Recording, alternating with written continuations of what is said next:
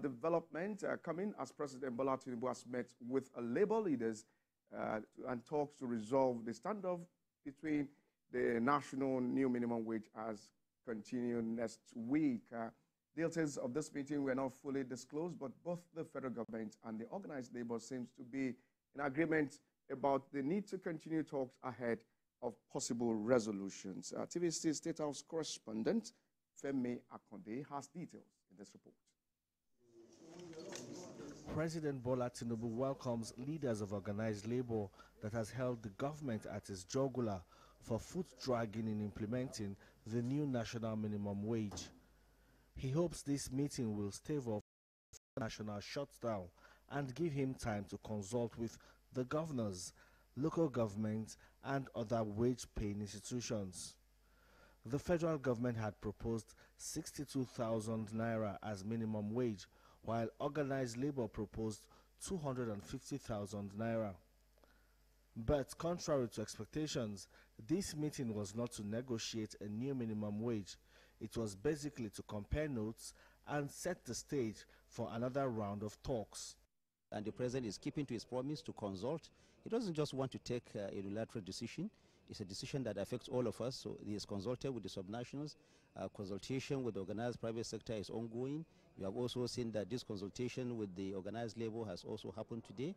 When father and children talk, you know what it is. That's just exactly what has happened, and it took us almost like an hour. And I believe that it's all for good. The leaders of organized labor are rather optimistic about the potential of holding talks with the president, but they also clearly say their insistence on 250,000 naira as national minimum wage has not changed. We agreed to look at the real terms, probably convene the next 1 week. So that's where we are. We went in there, we made all the arguments, economic analysis, macro, micro, fiscal and monetary issues. So we put everything forward, and at the end, the president also made his remark. The meeting between organized labor and President Tinubu will reconvene next week. For Nigerian workers, this meeting between President Bola Tinubu and leaders of the organized labor may not have lived up to expectation. Some of them had expected a resolution or at least a new position on the new minimum wage. But for now, the talks will continue and the workers will continue to wait. Femi Akonde, TVC News, Abuja. Many thanks, Femi Akonde. There it is indeed a waiting period for workers in Nigeria. Joining us via Zoom from the UK is global and social change advocate Tunde Doherty. Many thanks for joining us on the program this morning. Good morning. Thank you for having me. Well, it's a pleasure having you on the show. So what do you make of this renewed negotiation between the federal government and organized labor union on the minimum wage issue in the country? It's a great step in the right direction.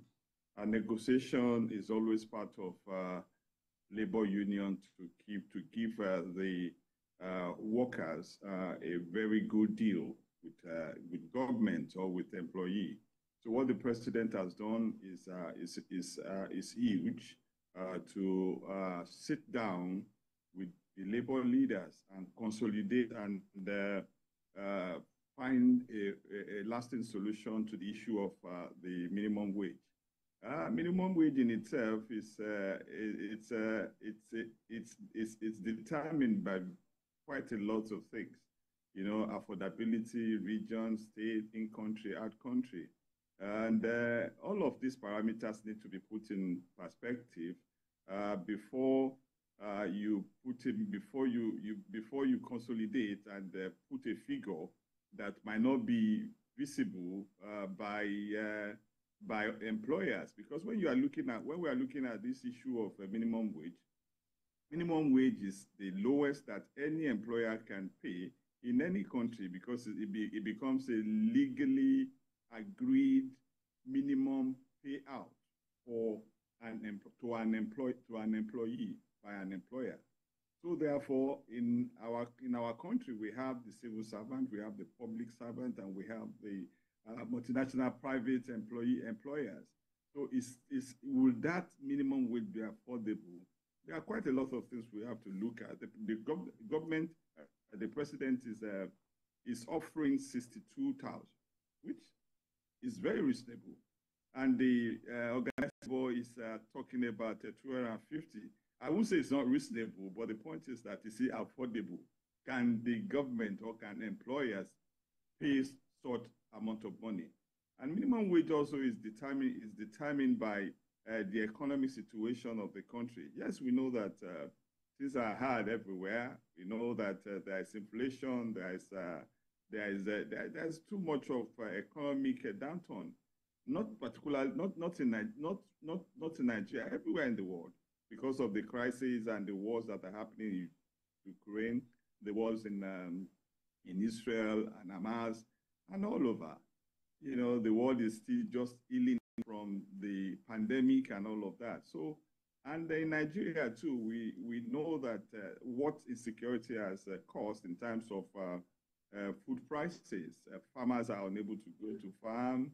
And but the president, the government is really doing their best to make sure that they cushion this effect and they are able to put a figure that is affordable. All right. Though they have not the time now, but definitely within the next few weeks, as the consultation goes on, an agreement will be reached. An agreement will be reached, but I also want to pick it up from your statement saying that the federal government is offering 62,000 naira. And to you, that seems affordable. Let's not forget that the NLC had a template while bringing out this figure, which is a family of 6, 4 children, and the parents, of course. Does that seem viable, looking at the state of the economy? You see, as a global labor advocate, I can tell you that there is no amount of negotiations or no amount of consolidations that can satisfy the working class. Because if you put the parameters we're talking about in places or in perspective, you find out that human wants are unlimited.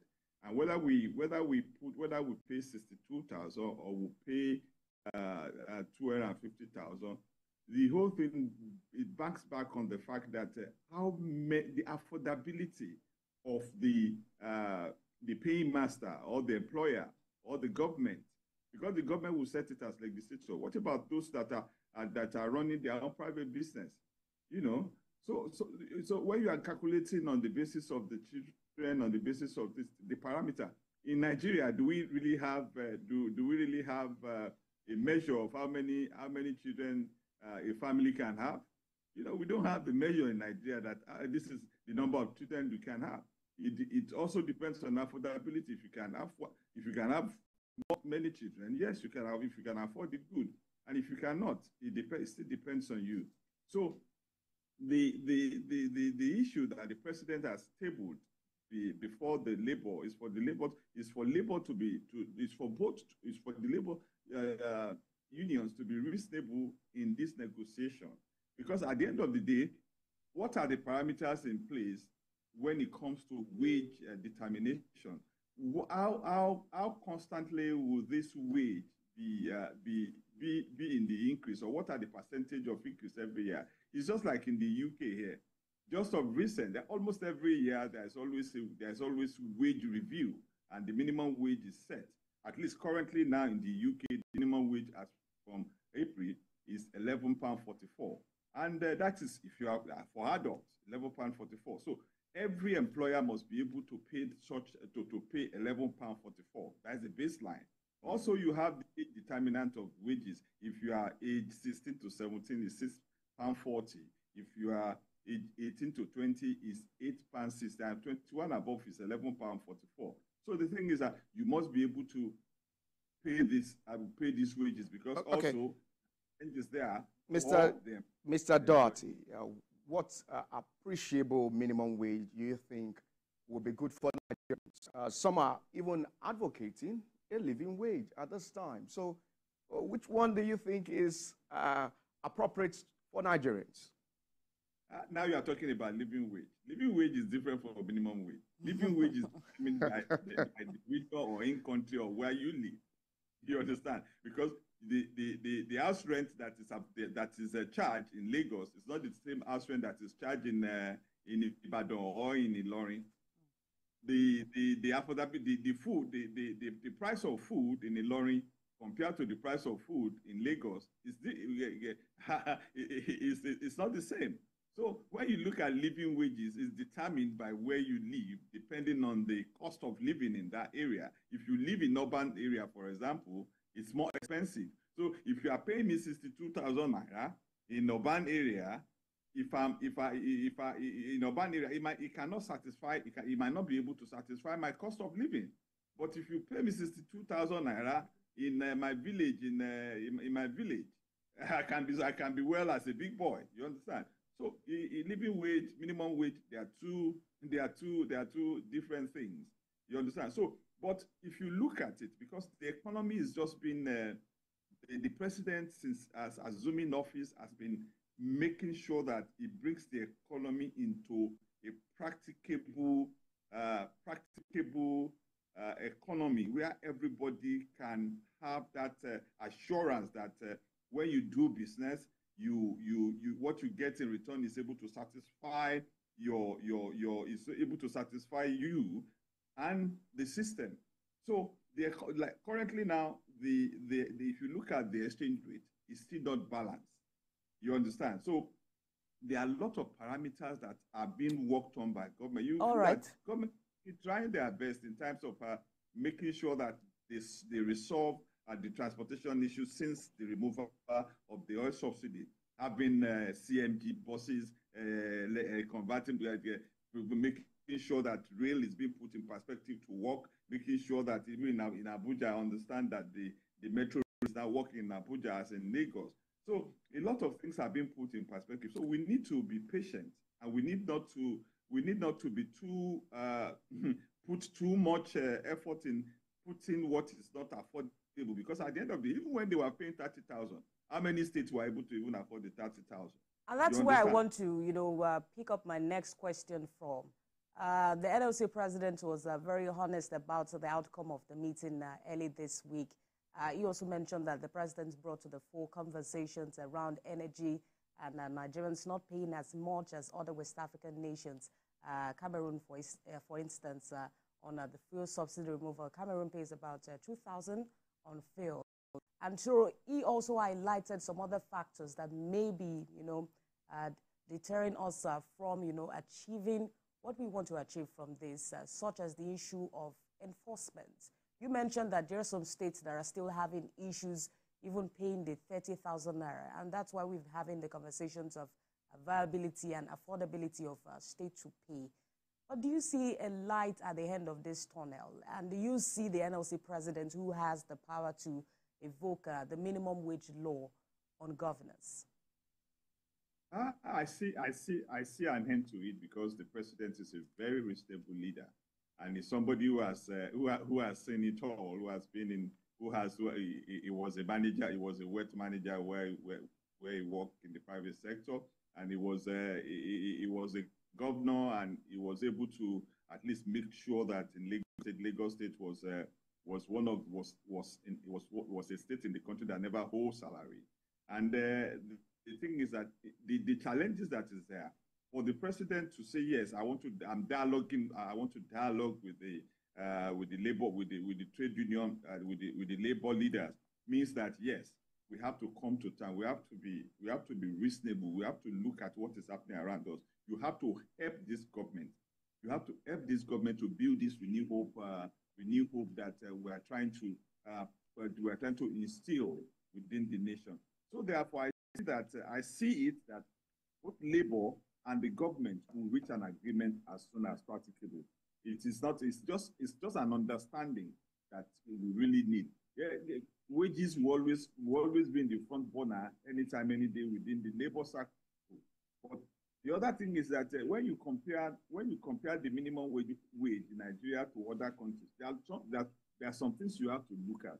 For example, in the United Kingdom here, there are you have to, when they say minimum wage is £11 mark you 20% of that has to go to tax, and you have to pay your national insurance.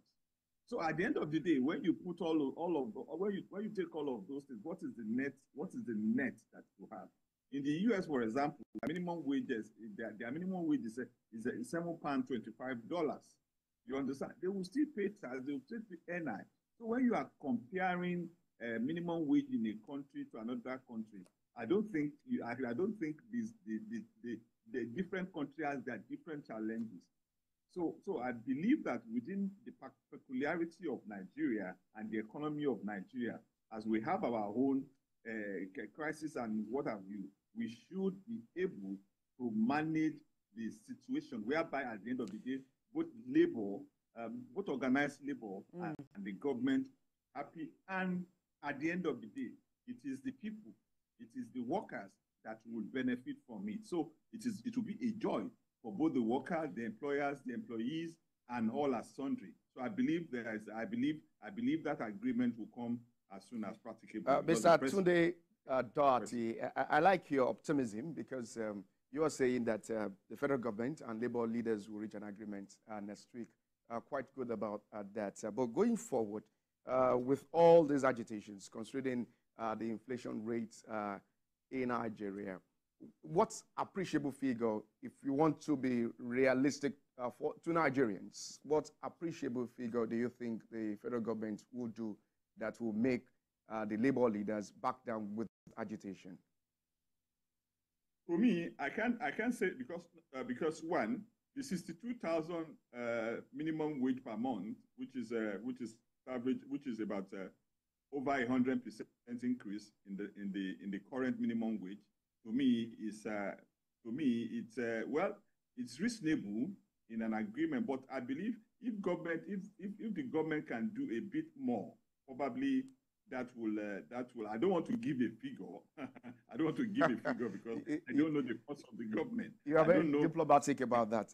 It's a fine place to leave it. It's a fine place to leave it. Global and social change advocate Tunde Doherty, and we want to say congratulations on your new appointment as the UK chapter, the chairman of the UK chapter of the All Progressives Congress, APC. Thank you very much. I was expecting you to attend the Congress. Please come, please. All right, thank you so much for joining us.